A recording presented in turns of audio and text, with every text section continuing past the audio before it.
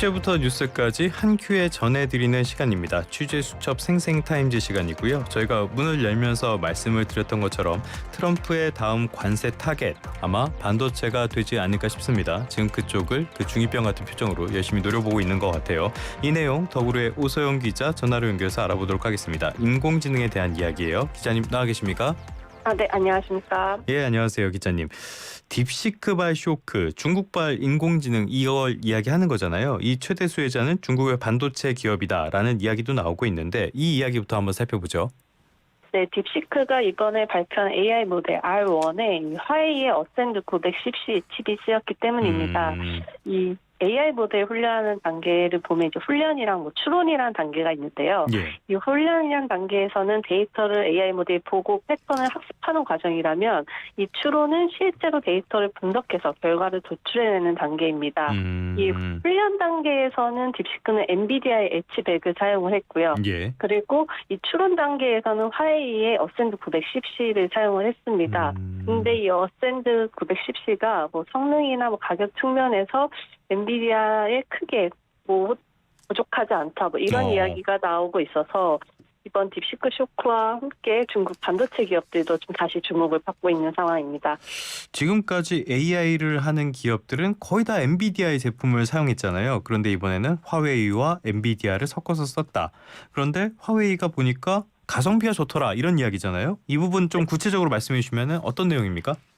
네, 어센드 910C는 화웨이가 이제 세 번째로 개발한 AI 칩인데요. 이게 그 7나노미터 공정에서 제조를 했는데 같은 7나노미터 공정을 쓴 엔비디아 A100이랑 비교를 해보면 그 어센드 910C의 가격이 A100의 30% 정도고 근데 또 성능은 80% 정도 된다라고 이렇게 알려져 있고요.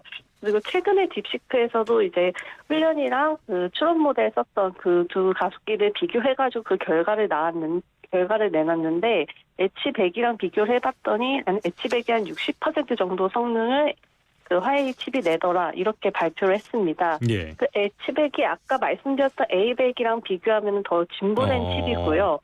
그 아까 그 화웨이 가속기는 7나노 공정에서 생산을 했다라고 말씀드렸는데 엣지100 같은 경우는 더 미세한 4나노 공정에서 생산을 했습니다. 그렇기 때문에 한 60% 정도 성능을 낸다고 하더라도 꽤 고무적이다 이렇게 좀 딥시크는 보고 있습니다. 그러니까 전반적으로 봤을 때 성능은 약간 빠지긴 하지만은 그래도 그럭저럭 쓸만한데 가격은 아주 저렴하다. 결국엔 이번에도 미국에 이어졌던 제재가 중국의 반도체 산업을 예상보다 더 빠르게 키웠다라는 이야기가 나오는 그런 배경인 것 같기도 해요. 어떤 제재들이 있었는지 그거부터 한번 짚어볼게요. 네, 트럼프 정부 때 많은 제재들을 특히나 좀 발표했는데요. 그렇죠. 네, 특히나 화웨이 경향에서는 많이 발표했습니다. 그래서 2019년에 화웨이를 블랙리스트에 올렸고요. 그리고 이듬해부터 대만 파운드리 회사인 그 TSMC에 화웨이랑 거래 중단하라 이렇게 좀 압박을 했었습니다. 예. 당시에 TSMC에서 두 번째로 큰 고객이 바로 화웨이였고요.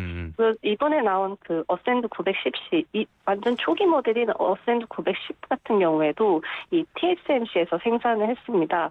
근데 결국은 TSMC가 미국의 압박을 못 이기고 두 손을 들었고요. 그렇기 때문에 화웨이 입장에서는 칩을 설계할 수 있는 기술은 있는데 생산을 할 수 없다. 이렇게 됐습니다. 네네. 그리고 두 번째로 볼 게 이제 반도체 장비에 관한 부분인데요.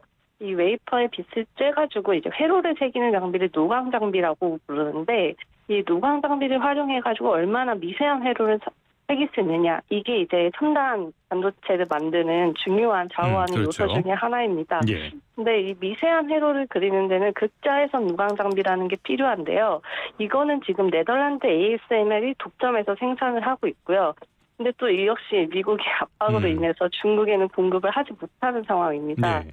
그리고 이어서 이제 바이든 정부가 들어서서는 미국의 허가 없이는 첨단 반도체 장비는 수출할 수 없다 이렇게 막았거든요. 그러니까 사실상 중국에 수출하지 말라라고 막은 거나 다름이 없어서 그 이후로 이제 중국에서 과연 이걸 어떻게 대처할 것이냐, 반도체 자립이 과연 가능한 것이냐 이런 거에 대한 의문이 많이 제기됐었습니다. 그러니까 제조를 하는 거 수주도 안 된다. 대신 만들어줘도 안 된다. 장비도 주면 안 된다. 이렇게까지 압박을 했는데 결국엔 중국이 이런 제품을 만들어낸 거잖아요. 그러면 중국은 별로 효과를 보지 않았다.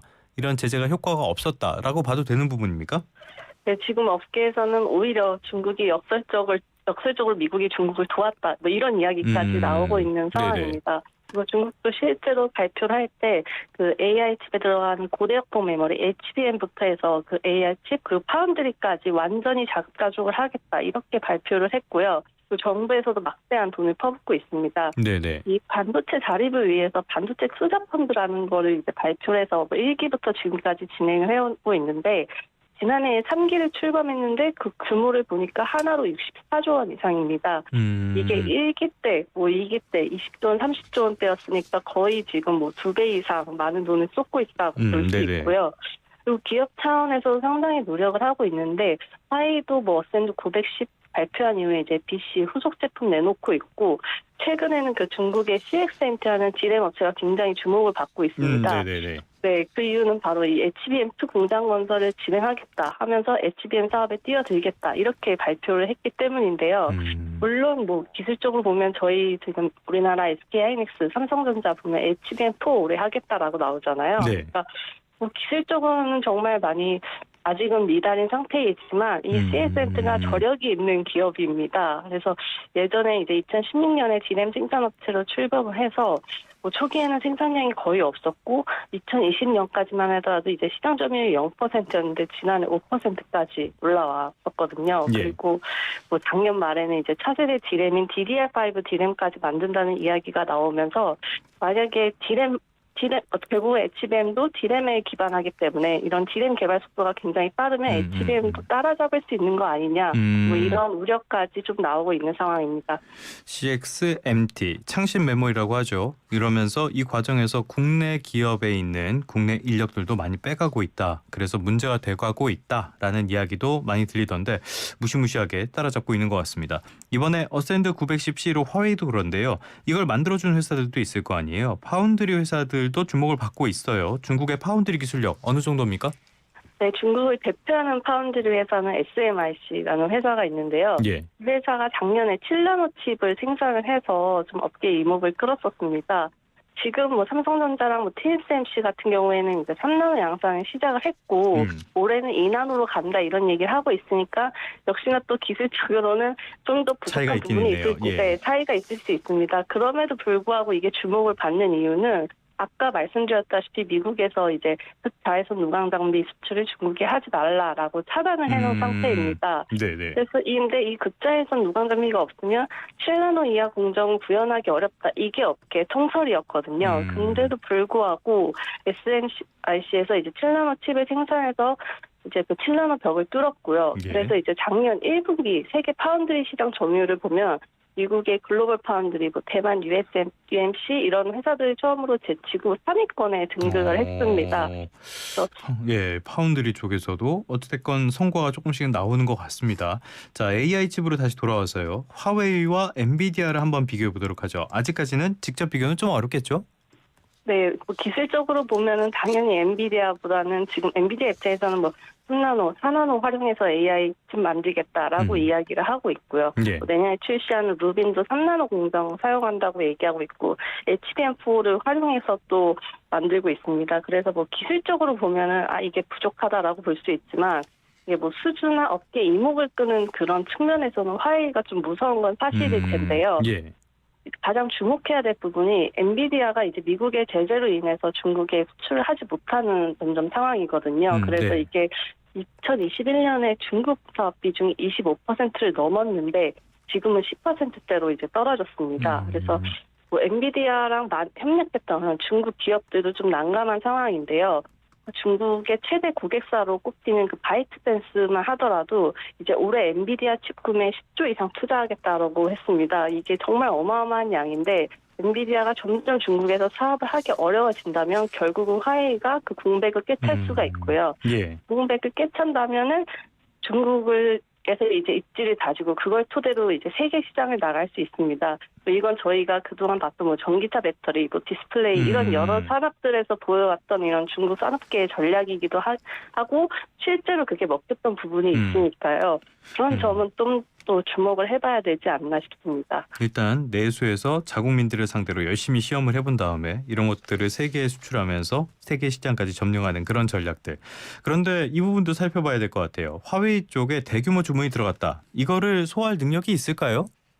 네, 화웨이가 이제 그 910C 관련해서는 초기 주문량이 9만 개 정도다라고 발표를 했었는데 예. 그때 당시에 동시에 이제 의구심이 좀 제기됐던 이유가 수율이 20% 정도입니다. 그러니까 아이고. 10개를 만들면 뭐 8개 2개만 버려야 양품, 네. 예. 2개만 양품인 상황이고요.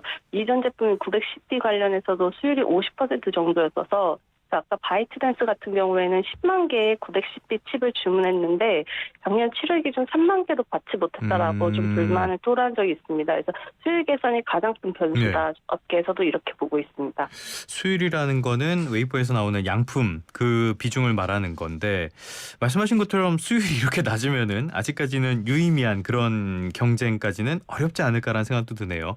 그런데 또 하나의 변수는 역시 미국의 제재일 텐데 트럼프가 어떻게 나오게 될지 이 부분도 관건이 될 것 같아요. 어떻게 보십니까? 네, 트럼프 2기가 들어선 것도 당연히 좀 화해에는 부담이 될 수밖에 없습니다. 트럼프 입장에서는 이번이 마지막 대통령을 하는 마지막 그렇죠. 기회고요. 그래서 뭐 역사에 족적을 남기는 대통령이 되고 싶어한다 이런 얘기를 저도 많이 들었었는데요.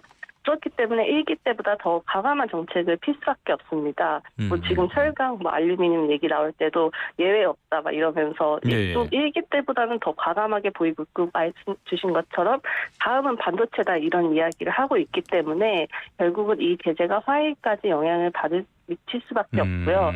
뭐 최근에 포브스에서도 이걸 뭐 트럼프 행정부 앞으로 화웨이 어떻게 할 거냐라고 이제 분석을 했을 때 딥시크 쇼크의 최대 수혜자가 화웨이이기 때문에 결국 화웨이를 겨냥할 수밖에 없다. 그래서 전면전을 치를 거다. 이렇게 분석을 내놓았거든요. 그래서 네, 아마 제재는 계속 되지 않을까 싶습니다. 그러니까 안 그래도 미운 친구였는데 여기에 딥시크 쇼크까지 왔기 때문에 더더욱 강한 제재가 있을 수밖에 없을 것이다. 자, 중국 기업들 이렇게 나서고 있으니까 국내 기업들 입장은 지금 완전히 쫓기고 있는 1등의 상황이 돼버렸단 말이에요. 생존 전략이 필요한 시점이 됐는데 국내 기업들 어떻게 대응하고 있습니까? 네, 국내 기업들 이제 선택과 집중 전략을 펼치고 있습니다. 네. 그래서 일단 범용은 이미 중국이 너무 많이 따라잡았기 때문에 이 제품들은 축소를 하고 있고요. 그 DDR4 그리고 저전력 DDR4 같은 경우에는 SK 하이닉스는 작년 4분기 20%까지 비중을 낮추겠다고 이야기했었고 삼성전자도 이제 범용 디램 그리고 낸드 플래시 모두 생산량을 하향 조정하겠다 이렇게 발표를 했습니다. 대신에 좀 AI 시대에 대응해서 고부가 제품들을 집중하겠다 이렇게 이야기를 하고 있는데요. 대표적인 게 HBM이고요. 그래서 삼성전자는 올해 하반기에 HBM4 양산을 앞두고 있고 SK 하이닉스는 하반기에 HBM4 제품 공급을 시작하겠다 이렇게 발표를 했습니다. 그리고 생산량도 삼성전자 같은 경우는 HBM 생산량 자체를 2배 이상 늘리겠다라는 이야기를 했고요. 그리고 HBM뿐만 아니라 DDR5 그리고 LPDDR5 같은 이런 4세대 고부가 디램들, 고부가 메모리 제품들 개발을 계속 주력하겠다라고 이야기를 한 상황입니다. 결국에 우리가 살 길은 기술과 고부가 가치 제품밖에 없는 게 아닌가 싶습니다. 반도체가 무너지면은 삼성전자, SK 하이닉스도 무너지게 되겠지만은 이들이 국내차 경제에 차지하는 비중이 워낙 크기 때문에 우리가 초격차를 끝까지 잘 유지를 해야 하겠습니다. 지금까지 더구로의 오소영 기자와 함께 중국의 반도체 굴기에 대한 이야기 나눠봤습니다. 오늘 말씀 고맙습니다. 감사합니다.